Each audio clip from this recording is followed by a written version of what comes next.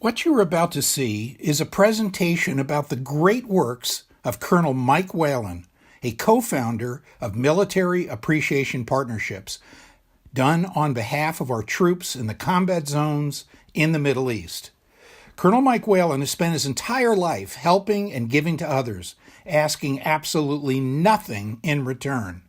He has served his country proudly as a U.S. Marine and sustained serious injuries as a result of his service.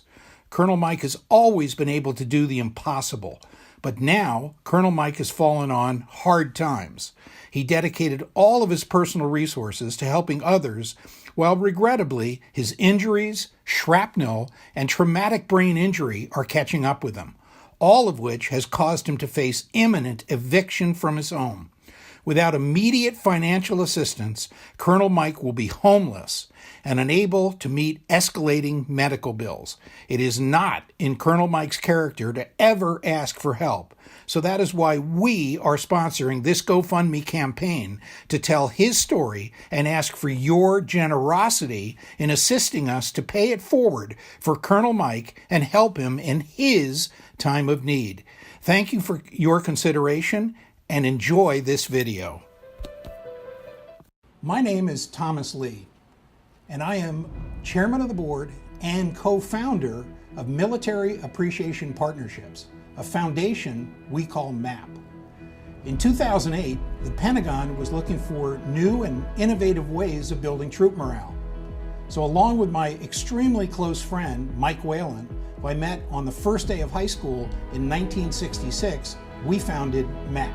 My passion has been to tap into our love of country and to bring the best of America to our military men and women overseas.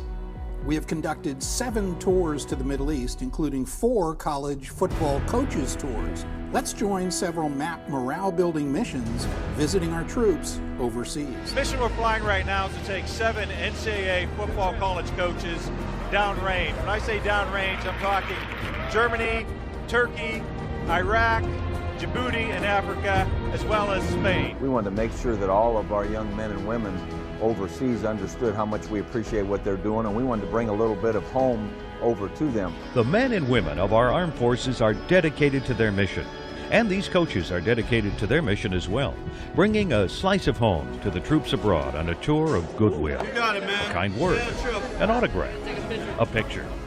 All designed to lift the morale of those who are serving our nation far from home. They've made a field in which we're going to be able to play on. As I said earlier, it's not going to be any type of field that we played on.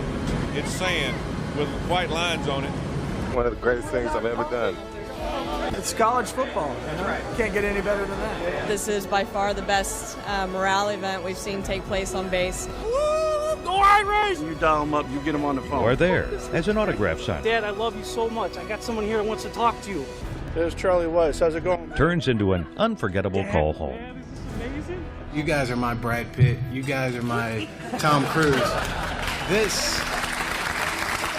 I would rather not talk to anybody else than you guys right now. Coach's Tour makes a huge impact on the lives of those who defend our country.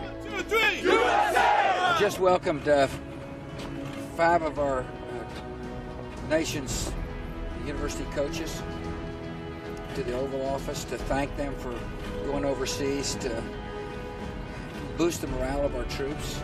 I'm absolutely confident that when our soldiers and sailors and Marine, Airmen, and Coast Guard men and women met them, that they inspired them. Then, in 2010, we launched the Legends of Aerospace Tour, including Neil Armstrong, the first man on the moon, the last Air Force pilot ace, General Steve Ritchie, Jim Lovell, Apollo 13 commander, SR-71 Blackbird test pilot, Bob Gilliland, and Gene Cernan, the last man on the moon. It's living history, and the excitement that the people feel hopefully will inspire the airmen to strive for achieving everything they can possibly be. Neil never received his astronaut wings. It was on the USS Eisenhower and on our way to Afghanistan that Neil finally received the tribute that he deserved. His visibly moved response said it all. There's no achievement I value more highly than when I received the Wings of Hope. We dined with the sailors and the chiefs and the officers, and they were impressive at every level. And there is nothing in modern warfare that is more awesome than watching the action on a carrier deck during combat operations. I think that when the legends get back home again, I think that we should sort of tell all the people that we meet just what our troops are doing over there. We also organized and led the Indianapolis 500 Centennial Tour with great Indy drivers like Mario Andretti, Johnny Rutherford, and Al Unser Jr. Mario wanted to do something really special for the troops, so he gave 254 rides to the troops on an active airbase in Iraq in this two-seater Indy car. We were trying to have some fun with the troops here and trying to demonstrate what we have. Such a big Indy fan. I've watched a lot of races, and the one name that I always hear is Mario Andretti. It made my cruise. I'm so excited right now. I guess I'm about to get into a super fast car and go very fast. I'm very nervous. To be in an Indy 500 car and then to have Mario Andretti drive me on the flight line, that's amazing. How was that, buddy? You like it? Amazing. MAP also produced the Carrier Classic, which was a basketball game right in the middle of the flight deck of the USS Carl Vinson aircraft carrier in San Diego Harbor. So many people here are just so excited, and you know, the hair stands up on your arm. You get the goosebumps over and over and over again. With the president here, the secretary of the Navy is here, so many dignitaries are here. James Worthy, Magic Johnson are here, the honorary captains of North Carolina and Michigan State. Welcome to as spectacular a setting for a college basketball game as there has ever been.